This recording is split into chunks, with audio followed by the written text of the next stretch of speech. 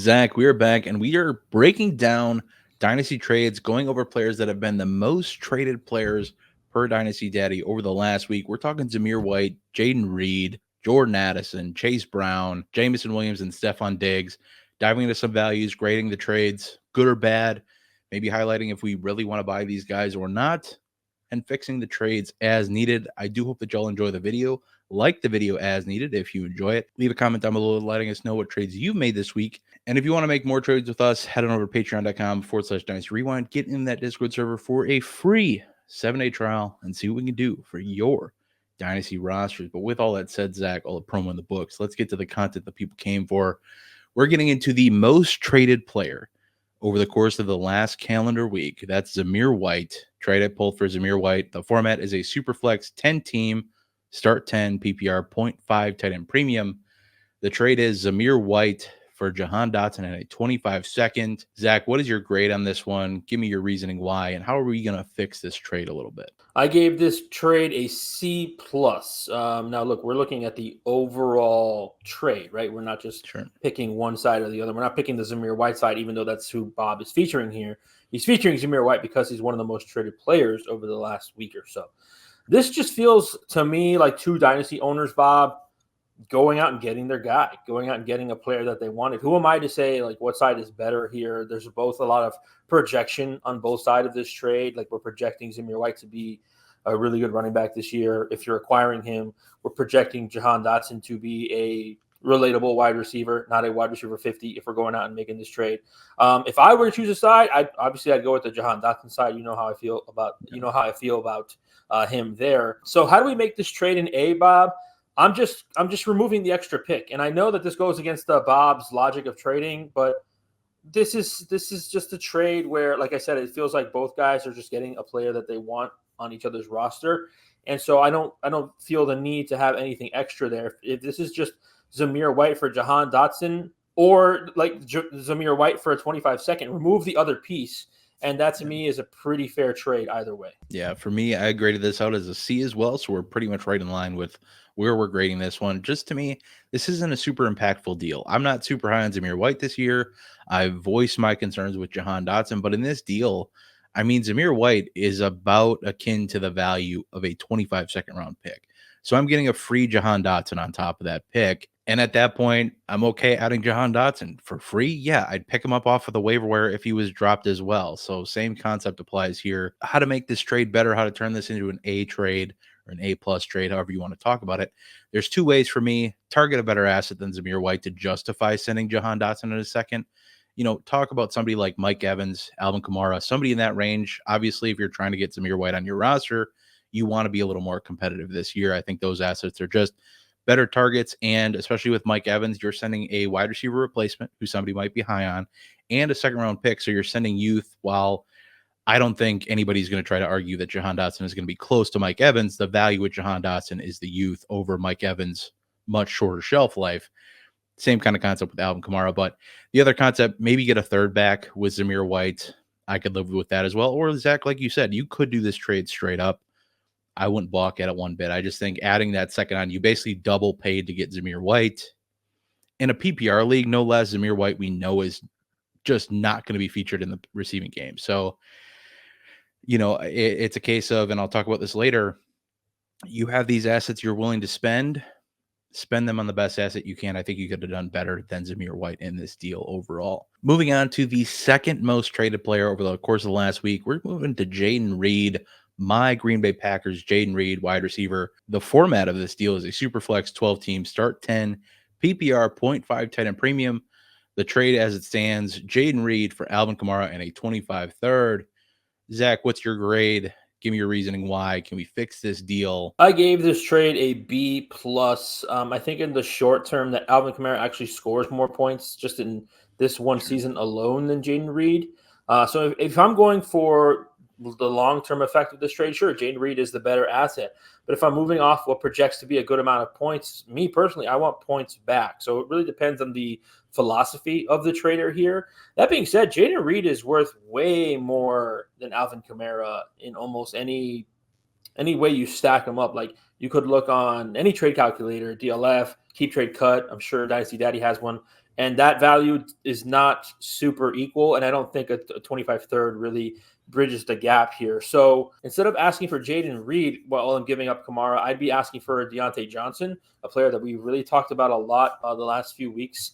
Somebody that I started targeting, I would say, once I saw the Panthers situation after the draft and said that's going to be a whole lot of Deontay Johnson leading the way. I'd like that to be more competitive in the short term, especially if I'm giving up Alvin Kamara, who's going to be a good amount of points. So, like I said, this is a B-plus trade to start off with, so there's not a whole lot of tinkering. But me personally, I do like Jayden Reed, but I'm not he's still a flex play for me or an injury fill-in or a bye week. He's not somebody I feel confident starting week in and week out. And I think when you trade Kamara, you are giving that away. So I want something like that back in return. I don't disagree with that at all. This was an A- for me. And that's because I like this deal as is for both sides. I do think that there's probably more value on the Jayden Reed side as it stands. If I had to tweak the existing trade, I'd probably make it a second-round pick with Alvin Kamara. But why I like this deal is you can kind of see the direction where both team is kind of headed. One's probably looking more towards a retool, trying to get out on an aging asset. One of the best ways to do that is tack on a rookie pick with that asset, and it just kind of helps soften the blow of while you're adding this quote-unquote aging old player that is going to be dead the next year value-wise and production-wise. You're getting that rookie pick value back to kind of make up for the loss you're giving up with giving up somebody like Jayden Reed, who I think is going to be around the league for a long time, an impact player eventually in his own offense. But as it stands, I don't hate this. But again, I think a second would have been reasonable to ask for with Alvin Kamara, given Jayden Reed's value. He's worth a little bit more than a second. Maybe you kind of make this an Alvin Kamara and a second for Jayden Reed and a third. Kind of a situation might be something more like that. But I think just make it a second-round pick on Alvin Kamara instead of the third would have got you to an A+ for this deal for me. With that said, Zach, we'll roll right into the next one, the third most traded player over the last week. We got Jordan Addison on deck here. Format is a Superflex 12-team, start 10 PPR, 0.5 tight end premium. And this one's easy peasy. Jordan Addison for a 25 first, Zach. We're just re-rolling. We're just kicking this player to the curb and saying, hey, I want to get in on that 2025 draft class. Maybe get a better running back. Maybe take a shot on a risky quarterback. There's some fun wide receivers and some interesting tight ends for sure, too. But, Zach, what do you think about this one? Look, me personally, it's an F. But I have to be real, right? I have to be real with the trade and the value of the trade. That's what we're discussing. It's not my personal values of the trade. It's how does this on paper measure up? I think it's a B. I'm just not the Jordan Addison guy on the channel. I don't know if I ever will be. Too much risk associated with him off the field, obviously. But also there's the unknown of the quarterback play, the fact that when everybody's healthy on that team, he's at best a third passing option. And that's with a very mid running game right now, Aaron Jones and Ty Chandler. I would assume that that's going to get better in the future. Next year's a really nice running back class. Maybe they pick up one of those guys, and that takes away from Jordan Addison. So it's not a player that I'm eager to go and acquire. And look, if you were, this is the time to do it because you can probably get him lower than what you could have 7-8 months ago. But if I was doing this deal where I gave up my first round pick, I'd be trying to get a different player, somebody that it's hard to come up with one that's just for one first round pick. But somebody that I thought that fit that mold was Ladd McConkey. May not score that many points in 2024. As a matter of fact, Jordan Addison may score more. I don't know, but he's tethered to a top quarterback, and they're already building a solid rapport. You're hearing great things out of camp. Right now, there's not a dearth of wide receivers there, but maybe they do add someone. But he projects to be that the slot guy, the quarterback's best friend guy. So if I was giving up my first round pick, that's probably somebody I'd want more than Jordan Addison. Just not a Jordan Addison guy, Bob. Yeah, and honestly, if you were giving up your first, I think you could possibly, depending on where Ladd McConkey was drafted in your league, you might be able to get a little bit more than just Ladd McConkey. You might be able to tack on a second if you send a third, something along those lines. I don't hate that. But so to clarify, when you say this is an F, it's an F in the mindset for you personally if you're sending your 25 first for Jordan Addison, correct? I just want to clarify that. Okay. Because I'm definitely in the mold where I like this deal sending Jordan Addison for 25 first. However, I gave this one a B+ because I like the value overall. I think value-wise we're pretty good. But I don't feel like we're accomplishing much with it. This is one of those where as much as I like the value and I like what we're doing and I like the pivot off Jordan Addison, been talking about it for quite a bit of the offseason, I feel like this is just kind of 2025 picks are awesome and exciting, but it's just kind of a nothing burger of a move for me at this exact moment. I'd much rather move off of Jordan Addison because I think he could, in a way that I think he could be better used as a launch pad to acquire a higher end wide receiver too, like a Devonta Smith, like a Jalen Waddle, where you add something on top of that, go get one of those better wide receivers. I don't think it's even a first round pick that you have to add. Maybe something close. Maybe you do have to add a first. Maybe you get a second back in that instance. But Jordan Addison still highly valued by people, even though when everybody's healthy, he's probably the third receiving asset. You touched on the quarterback concerns that are coming for that offense as well. Third receiving asset, as in terms of between Justin Jefferson, TJ Hawkinson, Jordan Addison, just to clarify. And Aaron Jones, I don't think he's going to surpass Addison, but he's probably going to get some receiving work as well. That's the move I'd rather look to make. I think that's more impactful for your team. Even, obviously, if you're trying to rebuild, I guess I'd take this pivot over keeping Jordan Addison when I think his value is going to kind of suffer this year and you might not get as much for him next year. So I guess I don't hate it, but it gets a B+ out of the value for this one because I think it's fair value. I definitely wouldn't do the first for Addison myself. I agree with you. I think that I would struggle with that. Again, go back to that concept of, hey, we have a first round pick we're willing to move. We have better assets we can spend it on than just Jordan Addison. Here's the one thing I'll say. If you want to buy Jordan Addison, there's going to be a better time to buy. I don't know if you heard the latest news that dropped today as of recording this. He now has an October 7th court date. He was charged with 2 misdemeanors. And so, look, that legal process is going to play out. And Jordan Addison is saying, like, I'm going to own up to this. He's, it's not like, oh, I wasn't drunk or, oh, I didn't do this. It's not, I'm going to own up to it. He said, quote, whatever's out there for me, whatever comes to it, I'll own up to everything. I feel like everything that comes my way is meant to happen or is deserved. That's a straight up quote from Jordan Addison. So it doesn't seem like he's fighting it. So if you wanted to buy Jordan Addison, don't you think the better time would be when the legal process and then the NFL process of a suspension plays itself out? I don't disagree with that one bit, Zach. If you really want to buy in, because I don't think he's an untalented player. I just don't love his situation in terms of, like, why would I want to go buy this guy? Especially when I can sell him at decent value right now. Clearly, he's one of the most traded players right now. He's going for plenty of random things. This was just one of the trades I pulled for him. So I couldn't agree more with Zach. There's definitely going to be better times to buy than right now. But a guy you might want to buy very quickly because the hype train is a-rolling for our 4th most traded player, and Chase Brown, a guy we like a good bit. I don't know if we like this trade a good bit, but the format is a Superflex 12-team start 10 PPR. The trade is straight up Chase Brown for Terry McLaurin. Zach, we're pretty much in lockstep with our thoughts on this one. What do you got? I gave this trade a D. This is our trademark hopium trade of the show. I'd like for us to put a stamp on the video from now on when I say the word hopium, because this is it right here. This is what hopium is. And I like Chase Brown. I really do. But I'm not dumb. Like, Terry McLaurin is his team's wide receiver 1 and a top 24 wide receiver almost for the entirety of his career, unless Sam Howell was his quarterback. So I'm a Chase Brown fan. I like the situation, but we have to be real with what Chase Brown is stepping into. A day 3 running back. He has competition in Zach Moss. So there's no guarantee. There's no safety in Chase Brown. There never will be. It's like you have to have a Kyren Williams kind of season to even feel good about it. And then they can still go and draft somebody just like the Rams did. Yeah. There is no safety in a player like Chase Brown. So to give away a wide receiver that is still younger than 30, is probably going to have a top 24 season again if he's healthy, if not better, for the hope of hitting on a running back that at best leads a timeshare. This is a trade that when I say the word hopium, this is what I mean. How would I make this trade more equal? How would I make it an A? I need to add a second-round pick to the Chase Brown side. And even on the DLF trade calculator, McLaurin is still the winner in that trade by 20 points. So you get what I'm trying to say there. I couldn't say a first. I don't think that's fair.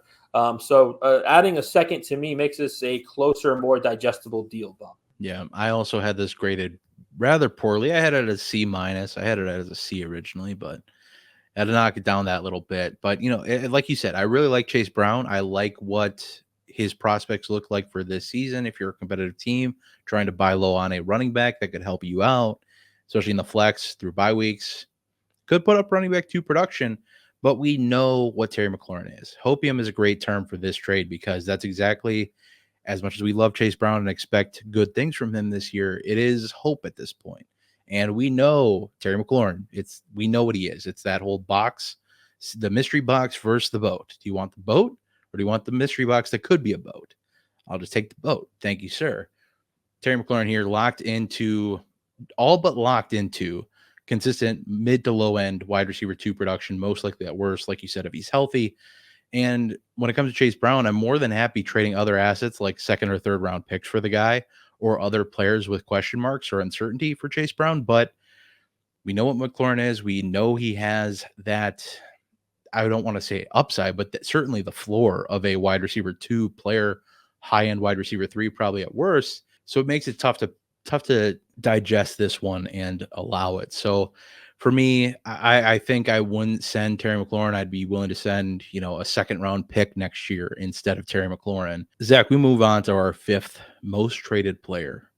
And this one was tough to stomach when I saw it because I don't like this deal. We both don't like this deal. But it's Jameson Williams, 5th most traded player, second last player, super flex format, 12 team, start 10, PPR. This trade was Jameson Williams and a 25 third round pick at the cost of a 25 first round pick. Zach, what's your grade here? What do you think? How do we fix it? Because I don't like it. Yeah, this is a D. I'm going to give this trade a D. I just cannot get on board in any capacity, in any way you try and sell it to me, in any way you package it up in selling me Jameson Williams for a first round pick. I don't care what the plus is. It could be 2 second round picks. I'm just not doing that. I look at next year's draft class. It's got 2-3 solid wide receivers, 3-4 solid running backs. I don't want to give my first round pick for so much uncertainty, no matter what the package in return. I don't care that he's looking great in training camp. I don't care that he's in line to be the Lions wide receiver 2. In reality, he's probably the 4th target in that offense. Yep. After Jahmyr Gibbs, after Sam Laporta, after Amon-Ra St. Brown. Yep. That's not worth a first round pick any way you try and sell it to me. So how do I make this trade right? I took that first round pick down a notch, Jameson Williams in the 25 third for a 25 second. That makes total sense to me. That seems like a trade I could stomach because I am slightly interested in Jameson Williams, but at the cost of a first round pick, I just absolutely not. There's no way you could package that to me to make it make sense. Absolutely cannot do it. D minus for me. It would be an F if we hadn't gotten a pick back with Jameson Williams. That's the only redeeming factor, the redeeming quality for me. This could be the projected 116 in a 16 team league. I still wouldn't be interested in sending a first for Jameson Williams. This goes back to a favorite concept of mine that I mentioned earlier in the video. Hey, we have this one asset we want to move. What's the best thing we can get for it? Jameson Williams in a third was not the answer to this question in this case, sending a 25 first. Last week, we discussed a trade where a 25 first was sent for Zay Flowers straight up, which is a much better way to use a first round pick on a proven commodity that's actually done something in the league. I know JMO has not had the cleanest path, dealing with injury, dealing with a suspension, but it doesn't matter. I mean, all of these things have kept him away from developing as a rookie prospect needs to. As fun as he was in college, as much as he is going to have his games where he pops off for 2 for 100 and 2 touchdowns. Promise you it's going to happen, but that is not sustainable. That's not something I want in my lineup. 4th target on this offense, but after, like you said, Amon-Ra St. Brown, Sam Laporta, Jahmyr Gibbs, then it's going to be Jameson Williams. So go send your first round pick for somebody like Zay Flowers instead. Get somebody you can actually reliably put in your lineup every single week. Do that. Make good on the pick instead of investing in a falling knife that Jameson Williams is. So with that said, Zach, we'll move into our final segment. The 6th most traded player this last week. This kind of surprised me. I wasn't expecting to see Stefon Diggs be one of the most traded players, but So in this format, Superflex, 10 team, start 10, 0.5 PPR, 0.5 tight end premium. In this trade, Stefon Diggs was sent for the 2024 306 and 2024 403. Now it is a 10-team league. So it's effectively 2 third-round picks if you compare it to 12-team formatting. For a lot of people out there, they'll rationalize it that way. Still doesn't do much for me when it comes to this deal. But Zach, talk about it. What do you got on this one? Well, since you're forcing me to grade it, this is where I hold the student back a year and I just give them a failing grade. I don't even bother with a letter grade. I just say incomplete. You have to do this year over again. This is obviously a case of being a prisoner of the moment, and just looking at the box score of his last, 7, 8 games whenever Joe Brady became the offensive coordinator of the Buffalo Bills, and instead of looking at the opportunity that does present itself, Stefon Diggs, if I'm not mistaken, was still a wide receiver 1 last year, despite the terrible finish. Which when you have such a dichotomy of seasons last year, it still says to me Stefon Diggs can be a wide receiver 1 because he still was last year. That first half of the year, he was so good that with a terrible second half of the year, he was still a wide receiver 1 on the season. So you put him in an offense that clearly has what we all think is a very reliable quarterback and great pieces all around. So it's not like you can just double cover Stefon Diggs. You can't really put a safety over the top of Diggs because if you do that, you're leaving Nico Collins or Tank Dell or somebody uncovered. This is a trade that maybe was done by somebody new to the Dynasty landscape. They just took a team. They were eager for rookie picks. They got that rookie hopium, and they got a waft of whatever was the 302, which, I mean, in rookie drafts, that's a super flex league, right? So, you're looking at Jermaine Burton. You're looking at Jayden Wright. You're looking at Roman Wilson. Like, it's not an area that I'm trading anybody for Stefon Diggs. Terrible trade. How do I make this an 8? Like, don't make this trade. Get appropriate value. Like, to me, this is somebody that I don't know if they just took over the team or they were like, I need to rebuild. Let me just jettison all of the veterans off this team. But what you do there is you either get appropriate value or you wait to get appropriate value. We talked about this in our rebuilding video. You don't have to make deals right now. You can wait for a boom week in the regular season. You can wait for an injury to Nico Collins or Tank Dell, and you can sell Stefon Diggs. Then you don't have to do it in August. You can wait till September or October to trade Stefon Diggs. So how do I make this trade in age? Don't make it right now. Make it when you get appropriate value for Stefon Diggs. Yeah, I'm just trying to look at players you might be looking at in that 302 range in a superflex league, in a superflex league best case scenario. You might be looking at somebody like Marshawn Lloyd, Ben Sinnott, Jalen Polk, but that's like best case scenario. Somebody's drafting players well ahead of where they should be. So it's not great. And then you have that super late or that early 4th too. That's where you're really into some sketchy territories. But this is an F for me. And this is one where I just have to ask, like, what are we doing? I know we talked about it, like you said, in a rebuilding video, pigs get fat, hogs get slaughtered. But you got to go for something more than this or wait, because there's no way you couldn't snag at least a second in season. I know everybody's down on Diggs right now. He's a crybaby. He was terrible down the stretch last year. I don't care. He has been an alpha target in his offense throughout his entire career since he was a day 3 drafted rookie, mind you. I know he's only there for 1 year, but acting like he's just going to go to Houston and not be a factor in this offense at a high clip is just nuts to me. He's going to garner more share in this offense than people realize, and he's surely worth selling for more than this. So how do we fix this trade? I like going back to that Jayden Reed concept where we talked about trading a veteran asset that's competitive now with a future rookie pick. And I think you could target Jayden Reed if you wanted to and send something to the ilk of a second round pick. That might be a bit of an overpay. You might be able to get a third back with Jayden Reed in that deal, but something along those lines. That's something you can do if your league, or just any instance, if your league doesn't value veterans a ton, that's still a way you can throw in rookie picks to make it a shinier object, a sexier deal. By throwing around rookie picks with your veterans can help you get to some more exciting players that are on the rise, depending on what you want to do. Like I said, obviously this was a team, like you said, looking to rebuild, retool, get this old man who sucked the last 2 years down the stretch off my roster. But you got to do better than this. I'm more than happy selling. I think the best case for selling him is probably just waiting till the season, because I think there is going to be a surprise when Stefon Diggs is getting 20+% of targets still, and Nico is at around the same, and Tank Dell is around the same, a little lower if I had a guess. I'm not saying Tank Dell is not going to get targeted, but Stefon Diggs is going to take a heck of a lot more than people think. So this was a tough one for me, definitely an F. Anything to add before we get out of here, Zach? Yeah, I think one thing that says that Stefon Diggs will be relevant in Houston is the price that Houston paid to acquire. They traded a future second-round pick, and they also guaranteed his contract for this year, like fully guaranteed his contract for this upcoming season. They gave him more money, and they paid up a nice premium to get him in real life. So the fact that you're getting less in your rookie draft than the Texans got in real life tells me you didn't do too well.